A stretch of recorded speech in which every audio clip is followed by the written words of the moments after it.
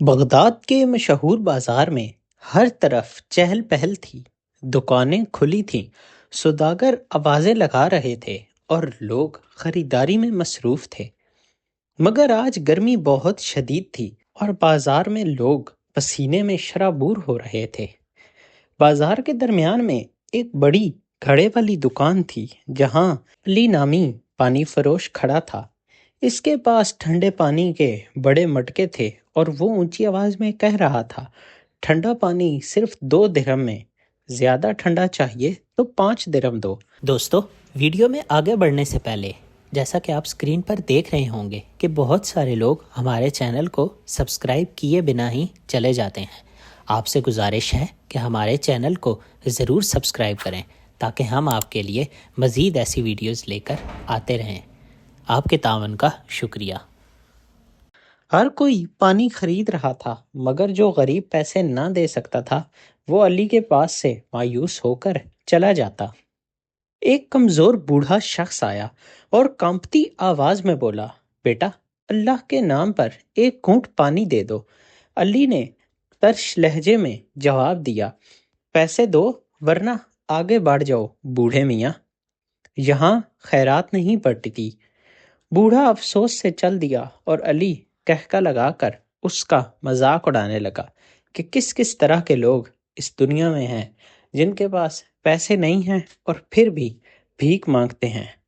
تم کچھ محنت کرو اور کچھ پیسے کماؤ اور پھر آ کر فخر سے میری دکان سے پانی لے جاؤ۔ کچھ ہی دنوں بعد بغداد پر ایک بڑا قحط آ گیا۔ کئی مہینوں تک بارش نہ ہوئی اور کنویں خشک ہو گئے، ندی نالے سوکھ گئے اور لوگوں کو پانی ملنا مشکل ہو گیا۔ پانی سونے سے بھی زیادہ قیمتی ہو گیا۔ لوگ بوند بوند کے لیے ترسنے لگے اور جو بھی پانی بیچتا اس کا منافع بڑھنے لگا۔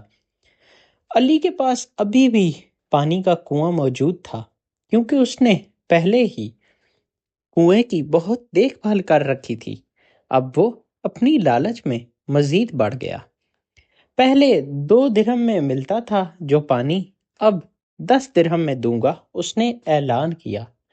لوگ مجبور ہو کر مہنگے داموں پانی خریدنے لگے، مگر جو لوگ غریب تھے وہ بے بسی سے بس صرف پانی کو دور سے ہی دیکھا کرتے تھے۔ وہ اکثر اس سے کہتے، اللہ کے واسطے پانی دے دو، میرے بچے پیاسے مر رہے ہیں۔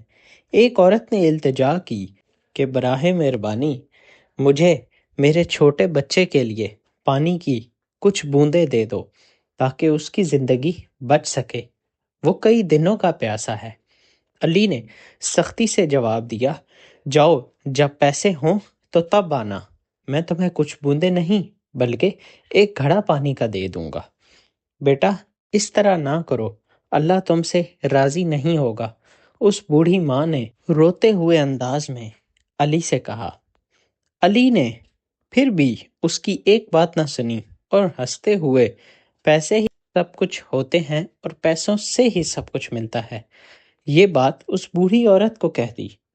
لوگوں نے افسوس سے دیکھا مگر علی کی لالچ بڑھتی ہی جا رہی تھی، اور پھر قدرت نے آخرکار علی کی ان تمام حرکات کو دیکھتے ہوئے اپنا کھیل دکھانا شروع کر لیا۔ چند دن بعد بغداد میں ایک عجیب بیماری پھیل گئی۔ جو بھی اس بیماری میں مبتلا ہوتا اس کی پیاس کبھی نہ بجھتی، چاہے وہ جتنا بھی پانی کیوں نہ پی لے۔ اور پھر ایک دن علی کو بھی یہی بیماری لاحق ہو گئی۔ علی کا حلق مسلسل خشک رہنے لگا، ہونٹ پھٹنے لگے اور جتنا پانی یہ پیتا اتنی ہی اسے زیادہ پیاس لگتی۔ وہ رات بھر پانی کے گھڑے کے پاس بیٹھا رہتا مگر اس کی پیاس کم ہونے کے بجائے مزید ہی بڑھ جاتی۔ علی کو کسی کام سے بازار جانا پڑا۔ بیماری کے باوجود وہ بازار گیا اور کچھ خریداری کی، لیکن بیماری کی وجہ سے وہ اتنا کمزور ہو چکا تھا کہ اسے دوبارہ پانی کی شدت محسوس ہوئی۔ علی نے ایک دکاندار سے کچھ بوند پانی مانگا، لیکن اس دکاندار نے علی کو پانی دینے سے صاف انکار کر دیا۔ علی اس کے آگے گڑ گڑایا کہ بھائی میں بیمار ہوں، مجھے صرف آدھا گلاس ہی پانی دے دو، لیکن اس نے اس کی ایک نہ سنی۔ علی نے یہاں تک کہا کہ میں بیمار ہوں، میرے سے تو چلا تک نہیں جا رہا، خدا کے لیے مجھے پانی دے دو، لیکن اس دکاندار نے علی کی ایک بھی نہ سنی اور اس کو دھکے دے کر اپنی دکان سے باہر نکال دیا۔ علی نے اسی طرح بہت سارے مزید دکانداروں اور گھروں کے دروازے کھٹکھٹائے کہ مجھے کچھ بوند پانی دے دو تاکہ میں اپنے گھر تک تو جا سکوں، لیکن کسی نے بھی اس کی ایک آواز بھی نہ سنی اور سب لوگ اسے حقارت کی نگاہ سے دیکھتے رہے۔ چند دن بعد وہی عورت دوبارہ بازار میں آئی۔ جیسے ہی علی نے اسے دیکھا وہ اس کے قدموں میں گر گیا اور روتے ہوئے بولا، مجھے معاف کر دو، میں نے تمہارے ساتھ زیادتی کی، اللہ کے واسطے تم نے جتنی بد دعائیں مجھے دی ہیں وہ واپس لے لو۔ جب تم مشکل میں تھی اور تم نے اپنے بیٹے کے لیے مجھ سے پانی مانگا تھا، میں نے تمہیں پانی نہیں دیا۔ اس کی سزا اللہ پاک نے مجھے اس صورت میں دی ہے کہ میں ایک ایسی بیماری میں لاحق ہو گیا ہوں کہ جتنا پانی پیتا ہوں میری پیاس کم ہونے کے بجائے مزید بڑھتی ہی جاتی ہے۔ تم لوگ کم سے کم پیاس کی شدت میں تھے، میں تو پیاس کی شدت میں اتنا مغلول ہو چکا ہوں کہ اب جتنا پانی پیوں میری پیاس اتنی ہی پڑتی ہے۔ خدارا اپنی بد دعا واپس لے لو اے مائی، اور مجھے سچے دل سے معاف کر لو، میں نے بھی توبہ کر لی ہے، تم بھی مجھے معاف کر دو۔ عورت نے مسکرا کر کہا، تم نے سیکھا کہ دوسروں کی تکلیف کو نظر انداز کرنا کتنا خطرناک ہو سکتا ہے۔ علی نے سر جھکا کر ہاں میں جواب دیا تو عورت نے ہاتھ اٹھا کر اللہ سے دعا کی، یا اللہ اس کا دل بدل دے اور اس پر رحم کر اور اس کی بیماری کو اس سے دور کر دے، بے شک تو ہی مشکل حل کرنے والا ہے۔ کچھ ہی دن گزرے تھے کہ علی نے محسوس کیا کہ اس کی زبان پر ٹھنڈک آ گئی ہے۔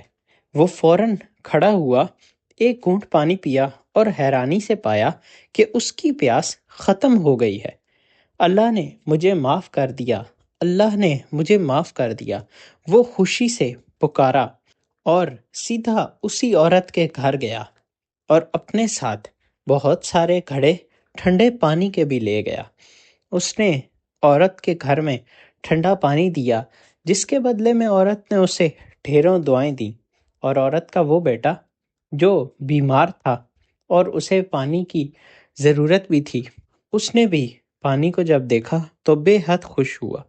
جب علی نے اس بچے کے چہرے پر پانی کو دیکھ کر خوشی دیکھی تو کیونکہ اب علی بھی بدل چکا تھا تو اس کے دل کو بھی بے حد اطمینان ہوا۔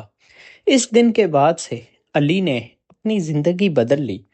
اب وہ لوگوں کو مفت میں اپنے کنویں کا پانی پلاتا تھا جو کہ بے حد میٹھا اور رسیلا تھا۔ جو بھی پیاسا آتا وہ اسے اللہ کے نام پر پانی پیش کرتا۔ لوگ حیرانی سے اس کی بدلی ہوئی طبیعت دیکھ کر کہنے لگے، یہ وہی علی ہے جو بغیر پیسوں کے پانی کی ایک بوند تک نہیں دیتا تھا، لیکن اب دیکھو کیسے اللہ نے اس کی زندگی بدل دی ہے۔ علی نے مسکرا کر جواب دیا، پانی بیچنا میرا کاروبار تھا، مگر میں نے سیکھا کہ پانی اللہ کی راہ میں دینا اور کسی پیاسے کی پیاس بجھانا عبادت ہے۔ اور یوں علی کی زندگی میں برکت آ گئی اور وہ ایک نیک انسان بن گیا۔ دوستو، اس کہانی سے ہمیں یہ سبق سیکھنے کو ملتا ہے کہ اگر ہم مشکل وقت میں کسی کی پیاس بجھائیں تو اللہ پاک ضرور مرتے وقت ہماری بھی پیاس بجھا دے گا۔ لالچ ہمیشہ نقصان ہی پہنچاتا ہے۔ جو دوسروں کے لیے آسانی پیدا کرتا ہے، اللہ تعالیٰ اس کے لیے دنیا و آخرت میں آسانیاں پیدا کر دیتے ہیں۔ اس کے علاوہ دوستو، کوشش کریں کہ ہم تمام لوگوں کی دعائیں ہی لیں۔ بد دعا کسی کی بھی لینا ہرگز بھی ہمارے کسی فائدے میں نہیں آتا۔ کسی محتاج یا غریب کی بد دعا ہمیں عرش سے فرش تک لا سکتی ہے۔ اس لیے دوستو، ہمیں کبھی کسی کی بد دعا کو معمولی نہیں سمجھنا چاہیے۔ امید ہے دوستو آپ کو ہماری یہ کہانی پسند آئی ہوگی۔ ہماری ویڈیو کو لائک اور ہمارے چینل کو سبسکرائب ضرور کیجیے۔ اس کے علاوہ کامنٹس میں اپنی قیمتی رائے کا اظہار کرنا مت بھولیے گا۔ ملتے ہیں اگلی ویڈیو میں، تب تک کے لیے اللہ نگہبان۔